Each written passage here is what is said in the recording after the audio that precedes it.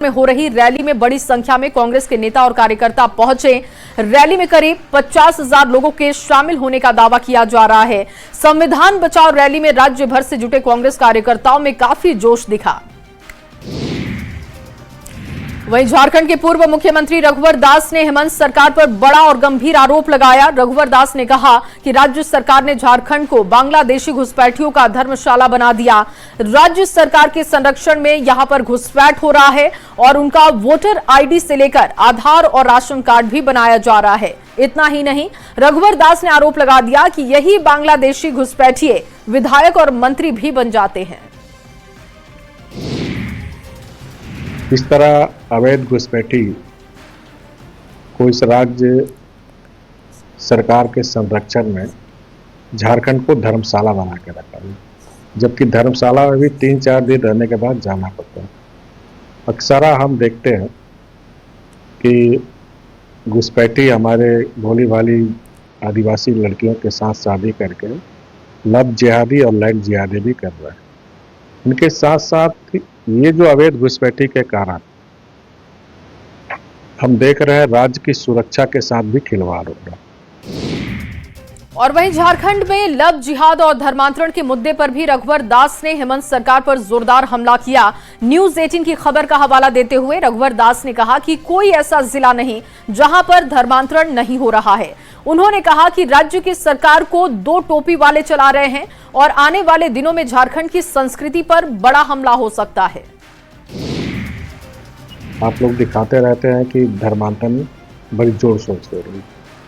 अभी न्यूज 18 के टीवी में ही मैंने देखा कि गुमला में कोरवा जाति के लोग को धर्म परिवर्तन कराया गया। कोई ऐसा जिला नहीं है जहां बड़े जोर शोर से धर्म परिवर्तन चल रही है।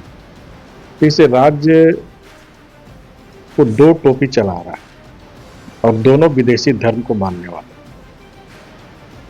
और यही कारण है कि आने वाले समय में जो झारखंड की संस्कृति है, जो हमारी सभ्यता है झारखंड की, कहीं ना कहीं इस संस्कृति पर बहुत बड़ा हमला होगा। और अब बात एक ऐसे गांव की जहां लोग एक दिन के लिए वनवास चले जाते हैं। नौरंगिया में सालों से ये परंपरा कायम है। बैसाखी महीने के 9वीं तिथि को गांव के लोग घर को छोड़कर 12 घंटे के लिए गांव से बाहर जंगल में चले जाते हैं। प्राचीन प्रथा को आज भी थारू समाज के लोग बड़ी शिद्दत के साथ निभा रहे हैं। सालों पुरानी परंपरा को बुजुर्ग के साथ बच्चे भी मनाते हैं। बिहार का एक गांव ऐसा भी है जहां 1 दिन के वनवास की परंपरा है। हम बात कर रहे हैं पश्चिमी चंपारण के इस गांव की। नौरंगिया में ये अनोखी एक परंपरा है जो वर्षों से चली आ रही है। इस गांव के लोग 12 घंटों के लिए वनवास जाते हैं और इस दौरान गांव के सभी लोग अपने घरों में ताला बंद करते हैं और पूरे परिवार के साथ वनवास पर निकल जाते हैं। वाल्मीकि टाइगर रिजर्व के घने जंगलों तक पहुंचते हैं और वहां दिन भर बिताने के बाद शाम होने के बाद अपने घरों को लौटते हैं।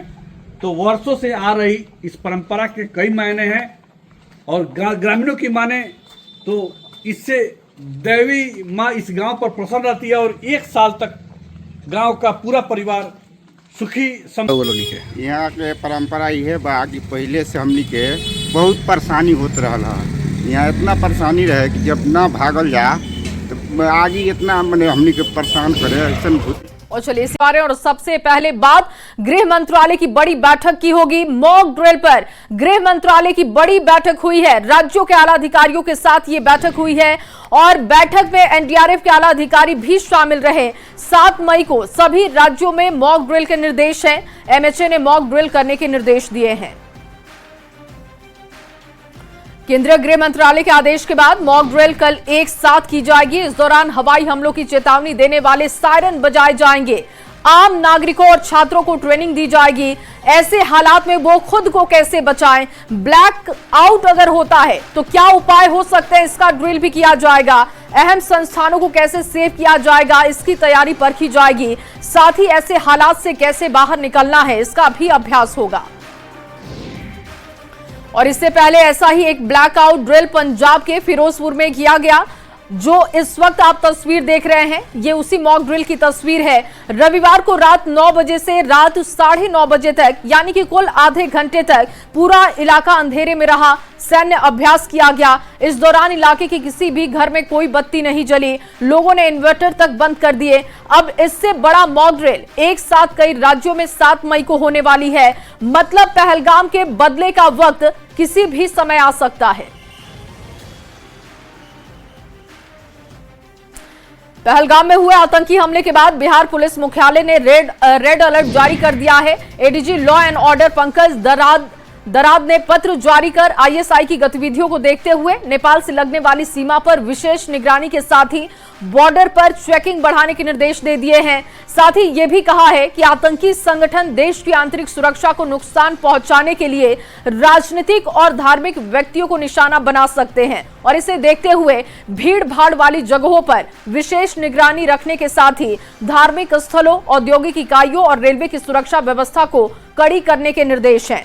विधानसभा के साथ ही विधान परिषद, सचिवालय, पटना हाईकोर्ट, महाबोधि मंदिर, गया एयरपोर्ट और दरभंगा एयरपोर्ट की सुरक्षा बढ़ाने को कहा गया है। संवाददाता अमित कुमार की आपको रिपोर्ट दिखाते हैं। और भारत की वाटर स्ट्राइक से पाकिस्तान बिलबिलाया हुआ है। पाकिस्तान में खरीफ सीजन में 21% पानी की कमी की आशंका जताई जा रही है। पानी की किल्लत से पाकिस्तान में हड़कंप की स्थिति है। पाकिस्तान के पंजाब और सिंध प्रांत में नदियां सूख चुकी हैं। और वहीं अमरनाथ यात्रा पर जाने वाले श्रद्धालुओं के लिए खुशखबरी है। बाबा बर्फानी की पहली झलक सामने आ चुकी है। न्यूज़ 18 पर आप बाबा बर्फानी के दर्शन कीजिए। उधर अमरनाथ यात्रा 2025 की तैयारियां तेज हो चुकी हैं और श्रद्धालु शिवलिंग के दर्शन को उत्साहित हैं। यात्रा 3 जुलाई से शुरू होगी, 9 अगस्त तक चलेगी। अब तक 3.6 लाख श्रद्धालु पंजीकरण यानी कि रजिस्ट्रेशन कर चुके हैं। सुरक्षा एजेंसियों और मेडिकल टीमें भी तैनात की जा रही हैं ताकि यात्रा सुरक्षित और सुगम हो सके। और चलिए अब आपको पटना से एक बड़ी खबर दे देते हैं। पटना में बौद्ध भिक्षुओं का धरना प्रदर्शन हुआ है। सीएम आवास से पहले ही पुलिस ने प्रदर्शन करने वालों को रोक दिया। इसके बाद बौद्ध भिक्षु 20 सड़क पर बैठे हुए धरना देने लगे। ये लोग महाबोधि मंदिर बोध गया को मुक्त करने की मांग कर रहे हैं और इसके साथ ही बीटी एक्ट को भी खत्म करने की मांग हो रही है। दरअसल बौद्ध भिक्षु सीएम नीतीश से मुलाकात करने के लिए पहुंचे थे, जहां पर इन्हें रोका गया। और अब खबर पटना से, जहां एक बार फिर से टीआरई 3 में सप्लीमेंट्री रिजल्ट की मांग को लेकर अभ्यर्थी जोरदार हंगामा कर रहे हैं। पटना में सीएम आवास के बाहर प्रदर्शन कर रहे अभ्यर्थियों पर पुलिस ने लाठीचार्ज कर दिया। सीएम आवास का घेराव करने के लिए अभ्यर्थी पहुंचे थे। सुरक्षा बलों ने खाली करने का आदेश कर दिया और नहीं मानने पर पुलिस को लाठीचार्ज करना पड़ा। शिक्षक अभ्यर्थियों ने सरकार पर वादा खिलाफी का आरोप लगा दिया। इनका कहना है कि सप्लीमेंट्री रिजल्ट की मांग करने पर उन्हें दौड़ा दौड़ा कर पीटा गया। 4 महीने से ये कहा जा रहा है शिक्षा मंत्री बीपीएससी को दे दिए हैं, लेकिन अब तो आपका स्कूल अलॉटमेंट भी हो गया है। आप अधियाचना जारी करेंगे तभी तो आप हमारा रिजल्ट होगा। आप रिजल्ट जारी करें। मुख्यमंत्री से एक ही मांग है कि आप बेटी को कहते हैं कि रोजगार दे रहे हैं बिहार में, तो हम लोग बेरोजगार कैसे है सेम नंबर लाकर? हम लोग को रिजल्ट चाहिए, सप्लीमेंट्री रिजल्ट चाहिए हम लोग को। शासन जो है गुंडा पाल के रखा है हम लोग को मारने के लिए। लाठीचार्ज हो रहा है, आज गला दबा के पटक के मारा जा रहा है हम लोग को। यहाँ ये प्रशासन गुंडा है, गुंडा और गुंडा पाल के रखा है। हम लोग को सप्लीमेंट्री रिजल्ट चाहिए और कुछ नहीं चाहिए। टीआरई 3 सप्लीमेंट्री रिजल्ट चाहिए।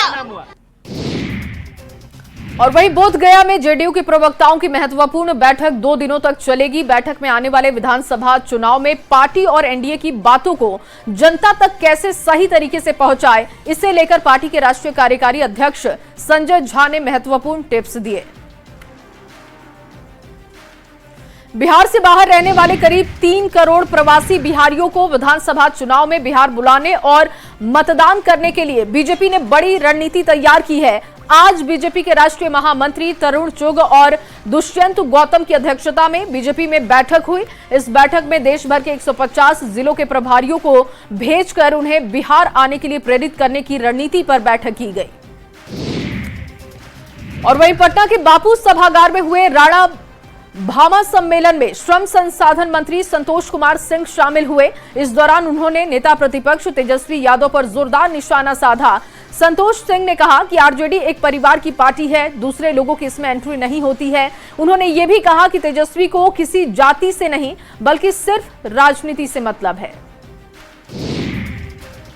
दुनिया में टीवी चैनल पेपर के माध्यम से सबको पता है कि जातीय जनगणना किसने किया है, मोदी जी के कैबिनेट ने किया है। अब यहाँ कोई छाती पीट रहा हो कि हमको 2025 के चुनाव में फायदा हो जाएगा, वो कतई होने वाला नहीं है। अब पाकिस्तान पहलगाम में हमला किया है, अब उसका बदला लेना है। ये भी लोग कह रहा है कि हिंदू और मुसलमान का ये लोग धर्म को राजनीति में ला रहे हैं। अरे भैया, वो मनमोहन सिंह वाला ये नहीं है देश, ये नरेंद्र मोदी वाला देश। इसलिए अब सिर्फ फुटबॉल करें या कुछ भी कहें, तेजस्वी जी का कोई अब कुछ होने वाला नहीं है। और हमको लगता है कि अपने पूरे राजनीतिक पीरियड में, चाहे लालू जी का हो, चाहे उनकी माता राबड़ी जी का हो, और इनका जो राजनीतिक करियर है, सबसे ज्यादा कम वोट अगर सीट आएगा तो 2025 के चुनाव में लालू जी को सीट आएगी। और अगली बड़ी खबर वैशाली से, जहां पर कोलकाता से मजदूर का शव गांव पहुंचा तो लोग आक्रोशित हो गए। लोगों ने आरोपी ठेकेदार के घर पर हमला कर दिया और उसको जमकर पीटा गया। मौके पर मौजूद पुलिस पर भी लोगों ने पथराव किया है और गाड़ी में तोड़फोड़ की गई। हालात को काबू करने के लिए पूरे गांव को छावनी में तब्दील कर दिया गया। लालगंज के कमालपुर गांव के गोपाल पंडित के बेटे धर्मेंद्र को लेकर गांव के कपिल मियां कोलकाता गए थे। कोलकाता में धर्मेंद्र की मौत हो गई। शव घर पर पहुंचते ही लोगों का गुस्सा भड़क उठा। धर्मेंद्र की 1 साल पहले ही शादी हुई थी। परिवार वाले ठेकेदार कपिल मियां पर हत्या का आरोप लगा रहे हैं और पूरे मामले की जांच की मांग कर रहे हैं। हमको लग रहा है कि मेरे बच्चे को दोनों बाप बेटा मिल करके मार दिए हैं। कोई आपको भतीजा का तबीयत भी पहले से कोई खराब उराब था कुछ नहीं था, मेरे बच्चे का तबीयत खराब कुछ नहीं था। तो आज यहाँ शव आया है, पुलिस भी आई है क्या? पुलिस तो आई है, ये लोग बुलाए हैं अपना। क्या चाहते हैं आप? हम इंसाफ चाहते हैं। क्या शंका है आपको? शंका क्या, हम लोग मर्डर किए मेरे बच्चा को, शंका क्या है? शंका का इसमें कोई गुंजाइश ही नहीं है। और अगली खबर मुजफ्फरपुर से है। बड़ी खबर यह है कि बाल तस्करी का खुलासा हुआ है। 18 बच्चों को मुक्त करा लिया गया है। इस दौरान 5 बाल तस्कर भी गिरफ्तार किए गए। तस्कर सभी बच्चों को ट्रेन से कर्नाटक ले जा रहे थे। वहां ले जाकर उनसे फैक्ट्री और होटल में काम कराते थे। खबर छपरा से है, जहां अतिक्रमण के खिलाफ अभियान जारी है। परसा में जिला प्रशासन की टीम ने मुख्य सड़क को अतिक्रमण मुक्त कराया है। इससे पहले अतिक्रमण करने वालों को नोटिस भी दिया गया और जगह खाली करने को कहा गया था। नोटिस की मियाद खत्म होने के बाद भी आज अवैध निर्माण जब दिखा तो बुलडोजर एक्शन लिया गया। और अगली खबर कटिहार से, जहां मोस्ट वांटेड कारेलाल यादव को पुलिस ने गिरफ्तार कर लिया है। कारेलाल 25,000 का इनामी है और टॉप 10 अपराधियों की लिस्ट में उसका नाम है। उसके खिलाफ रंगदारी, हत्या, अवैध हथियार के साथ ही किडनैपिंग जैसे मामले पहले से रिकॉर्ड हैं। आरोपी के पास से एक देसी कट्टा, पिस्टल और 3 कारतूस भी बरामद हुए। इस गिरोह का एक्चुअली जो कारेलाल है, इसके साथ लगभग इन टोटल 6 लोग थे जो इस घटना में इन्वॉल्व थे। इसके साथ 2 लोग और थे जिन्होंने शव को साइड रखने के लिए इसमें हेल्प किया था। तो उस क्रम में हम लोग गिरफ्तारियां कर रहे हैं। अभी पहली गिरफ्तारी इस मास्टरमाइंड की है, बाकी लोग हम लोगों की नज़र में हैं, बहुत जल्दी गिरफ्तार करेंगे। और इनके कुछ गिरोह के मेंबर्स विपिन यादव गिरोह के मेंबर के साथ भी बातचीत में हैं। तो उसके बारे में काफ़ी इन्फॉर्मेशन पूछताछ के क्रम में मिली है। तो जिस इन्फॉर्मेशन हम लोग को मिली है उससे हमको उम्मीद है कि बहुत जल्दी इसके लगभग बाकी जितने भी गिरोह के मेंबर बाहर है सभी गिरफ्तार हो जाएंगे। और अगली खबर भी कटिहार से, जहां आपसी दुश्मनी में लोगों ने 10 कट्ठे में लगी केले की फसल को काट दिया है। पोठिया के रामनगर के हरि मंडल ने पड़ोस के कुछ लोगों पर केले की फसल को बर्बाद करने का आरोप लगाया। किसान को करीब 3 लाख रुपए का नुकसान हुआ है। पीड़ित किसान ने पुलिस से इसकी शिकायत की है। खेत 10 कट्ठा खेत में केला 500 गाछ था, वो पूरा काट करके गिरा दिया था। वो दिनेश मंडल घुलटू मंडल का बेटा था, स्वर्गीय घुलटू मंडल, और मनोज मंडल है, और मानव शाह बटेश्वर शाह का बेटा है मानव शाह, वो भी था केला खेत काटने में। और वहीं पटना के पालीगंज में शराब के खिलाफ कार्रवाई की गई है। पुलिस ने एक घर से लाखों की अंग्रेजी शराब बरामद की है। मौके से शराब तस्कर को भी दबोचा गया है और उसके पास से 2 लाख रुपए कैश और एक कार भी बरामद की गई है। इसी कार से शराब की तस्करी हो रही थी। खबर अरवल से है, जहां एक अनोखी शादी की पूरी इलाके में चर्चा हो रही है। इस शादी में घोड़ी या कार से नहीं बल्कि हेलीकॉप्टर से बारात आई है। मामला अरवल सदर थाना क्षेत्र के अंतर्गत मोथा गांव का बताया जा रहा है। बारात को देखने के लिए लोगों की भीड़ उमड़ गई और अगले 2 दिनों तक बारिश की वजह से बिहार में मौसम सुहाना बना रहेगा। मौसम विभाग की तरफ से ये जानकारी दी गई है। 8 मई से फिर से भीषण गर्मी और लू का कहर आपको झेलना पड़ सकता है। मौसम विभाग ने 48 घंटे के लिए सुपौल, अररिया, कटिहार, किशनगंज, समस्तीपुर, नालंदा, शेखपुरा, इसके अलावा लखीसराय, मुंगेर, बेगूसराय, सहरसा, खगड़िया जिलों के लिए अलर्ट जारी किया है। इन जिलों में बारिश और ठनका का अलर्ट जारी किया है मौसम विभाग ने और ऐसे में आपको सावधान रहने की जरूरत है। और गोपालगंज से खबर, जहां गोपालगंज जिले में रात भर हुई बारिश के बाद सुबह से मौसम सुहाना बना हुआ है। आसमान में बादल छाए हुए हैं, हल्की धूप निकली हुई है जिससे तापमान में गिरावट दर्ज की गई। कई इलाकों में बिजली के तार टूटने की वजह से बिजली सप्लाई भी बाधित है। मौसम विभाग ने आज बारिश और ठनका को लेकर अलर्ट जारी किया है। बारिश और ठनका से लोगों को सावधान रहने की जरूरत है।